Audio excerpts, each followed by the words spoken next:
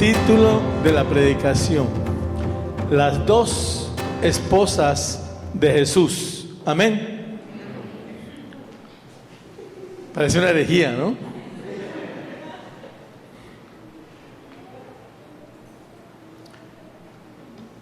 En el libro de Esther nos habla del rey Asuero, quien estaba gobernando sobre 129 provincias. Y estaba muy contento, y al tercer año de su reinado quiere celebrar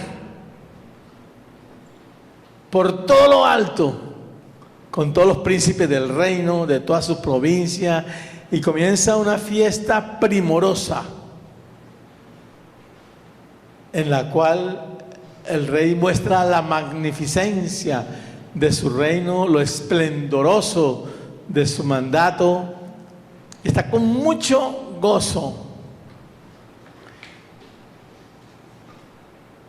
Pasan 180 días y decide hacer otra fiesta, y dice que el pabellón, los toldos de la segunda fiesta, en el patio del huerto del jardín del palacio del rey,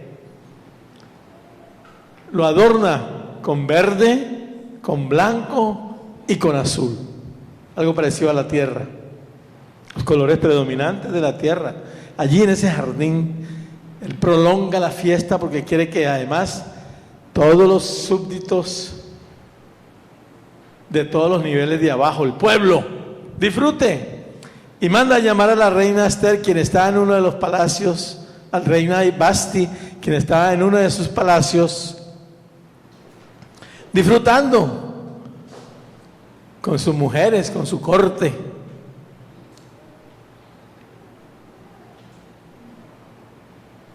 Reina Vasti, que venga donde el rey, que quiere mostrarte, que te pongas tu corona regia, tus mejores vestiduras, y que vengas delante del trono para festejar y mostrar tu belleza ante todo el pueblo, ante todos los príncipes, todas las autoridades. No, dile al rey que yo no voy a ir a presentarme delante de él. Imagínate el poderoso rey Asuero con este mensaje de negación. Se puso con ira y consulta con sus sabios, con sus príncipes, con los que se sentaban alrededor de su mesa, como siempre, dice la palabra, como siempre acostumbraba a hacer. O sea que en consejo de varios hay sabiduría, y Dios muestra desde un principio que Él solo nunca actúa, sino que consulta sus leyes, los que más saben, los que más tienen conocimiento, y les dice: ¿qué debemos hacer? ¿Qué pasa con esto? Y sus principales le dicen: no permitas que esto pase, no te quedes tranquilo, simplemente destitúyela, que no venga más a tu presencia, no sea que los demás príncipes y los demás hombres, esposos, sientan como un precedente de que pueden faltar a la autoridad de sus esposos, no sea que comenten tu debilidad y se insubordinen también. Dale una enseñanza, y más bien escoge entre todas otras doncellas del planeta, de tu gobierno, de tus provincias, otra doncella, y la haces tu esposa. Y así hace el rey. Pero no vamos a hablar ahora de Esther, que es la segunda esposa. Vamos a hablar de Vasti, la insubordinada Vasti, la primera esposa. Entonces me enseña la palabra, escudriñándola un poco, que en el tercer año del rey, de su reinado, es cuando Vasti se revela. Dice la palabra que las cosas de abajo son hechas conforme a las cosas de arriba, y encontramos en Génesis algo muy peculiar que siempre dejé allí.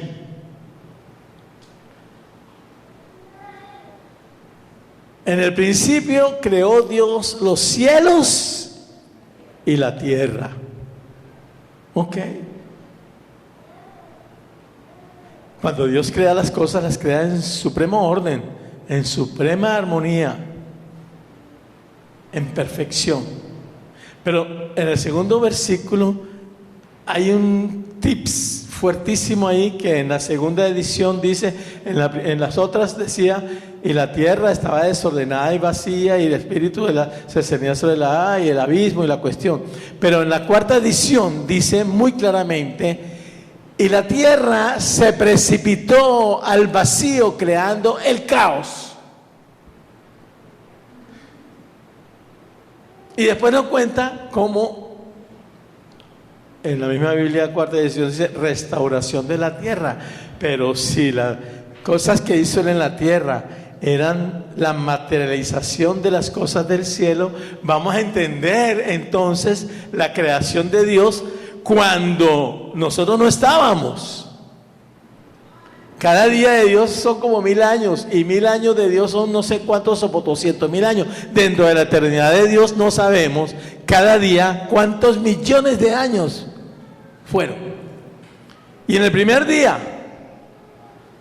después del Big Bang, después de la semilla que creció, después de como le quieran decir a la teoría que sea, yo le digo, desde que comenzó su creación, dijo Dios, hágase la luz, y la luz fue hecha.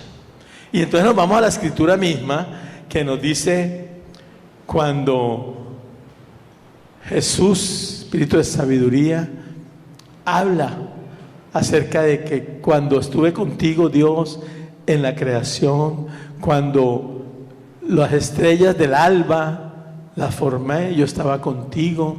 Cuando al principio, en el amanecer, las luces, yo estaba contigo.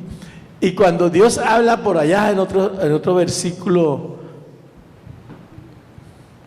de la Biblia, oh querubín grande, protector, tú que eras hermoso, que los tamboriles, las flautas fueron creadas para ti, tú, oh lucero de la mañana, hijo del alba, del amanecer, refiriéndose a Lucifer, a Luzbel, a Satanás. En Ezequiel 28 describe, tú que caíste, oh lucero de la mañana. O sea, hasta romántico como Dios se refiere a Basti, su primera esposa. Y me doy cuenta de algo. En el tercer día milenario eterno de la creación es cuando Satanás decide rebelarse. No estaba el hombre todavía sobre la tierra, no estaba Adán, no se habían materializado aún las bestias, sino que allí lo primero que había era luz, y todos los ejércitos de luz, ángeles, arcángeles, querubines, serafines. No habían Elohines todavía, sino Elohim en la divina y preciosa Trinidad, Padre, Hijo y Espíritu Santo. Nosotros no estábamos. Los hijos de Dios que vamos a ser uno con Él, Elohim, no habíamos sido creados todavía. Jesús, el sol, se reflejaba como Dios mismo, y a través de su primera esposa, que es como la luna, y así lo muestra la Biblia para la iglesia. Jesús es el sol, nosotros, la iglesia, recibimos la luz del sol y la reflejamos al mundo, ¿no? ¿Está claro eso?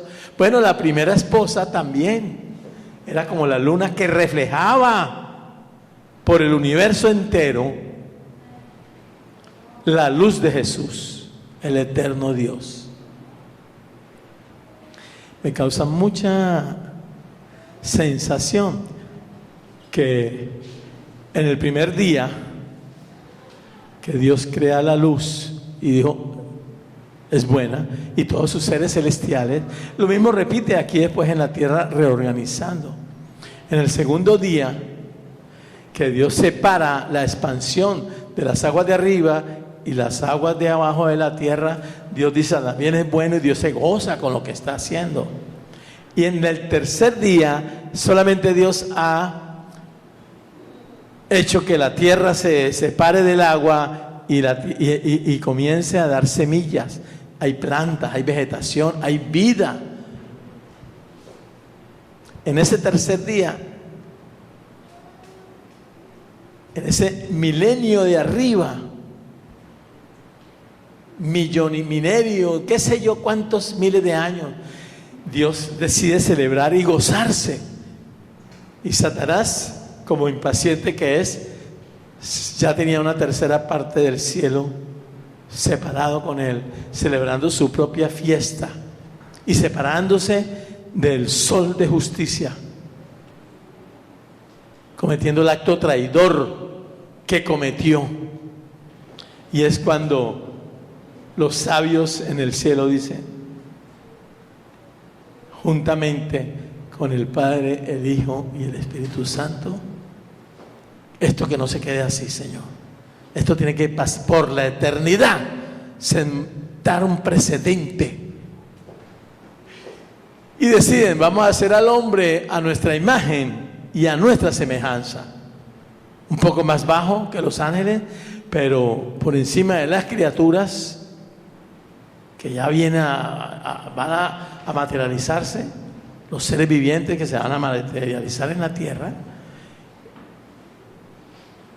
pero que sean uno con nosotros y que sean, como le dijo los sabios, que sea mejor que Basti, que sea mucho mejor. Y entonces es cuando, después de las bestias, ya en el cuarto día, Dios hace algo que cuando leímos hace 1 año, 2 años, la cuarta versión de edición de la Biblia, pues yo no entendía mucho, le di sentido, pero no tanto como ahora. Dice que en las versiones normales los pobres cristianos, ¿qué más podían hacer sino entender y cambiar? Porque vienen las estaciones, se señalan los días, ¿eh? Dios crea las 2 lumbreras, la lumbrera de día, el sol, y la lumbrera de noche, la luna. Pero en la original, ¿saben qué dice? En el cuarto día, Dios creó las maldiciones de arriba y las maldiciones de abajo. ¿Por qué las maldiciones? Hermano, sentido común, no necesitamos ser profetas. La Biblia dice que en los postreros días ya no habrá luna y ya no habrá sol, porque la luz de Dios será la que alumbrará a todos. Pero es que eso era lo que había antes.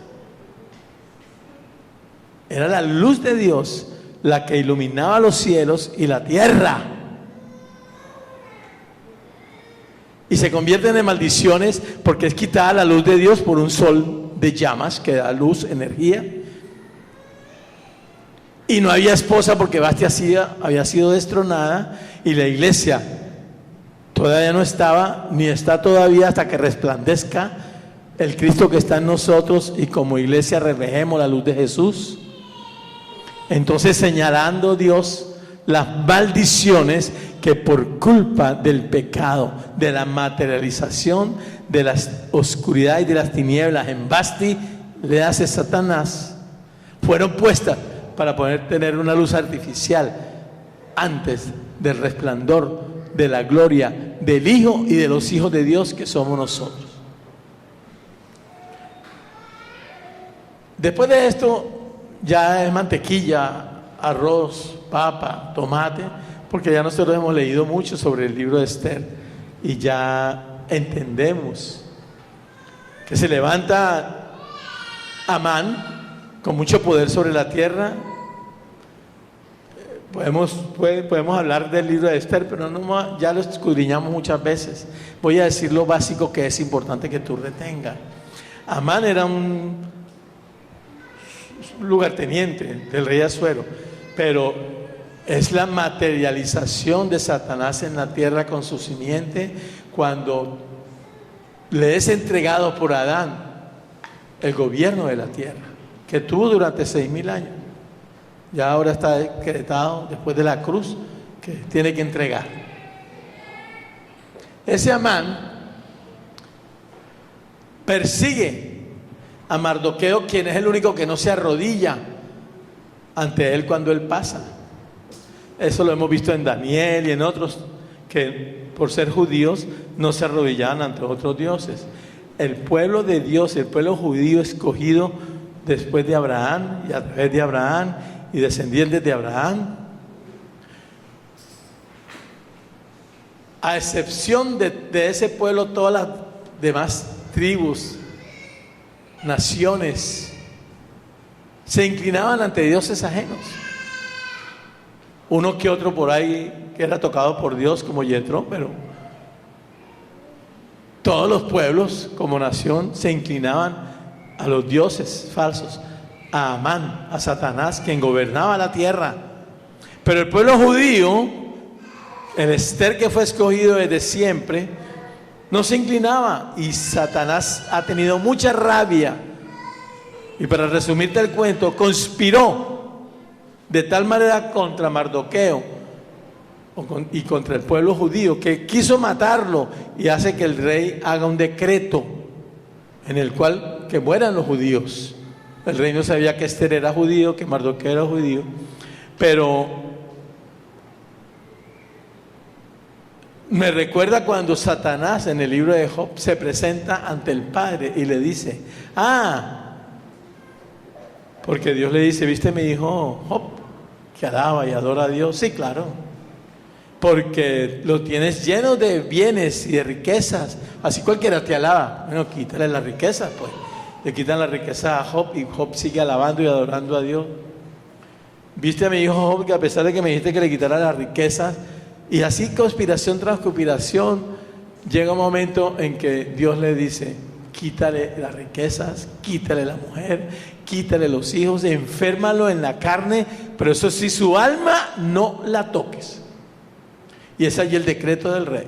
Eso es vigente.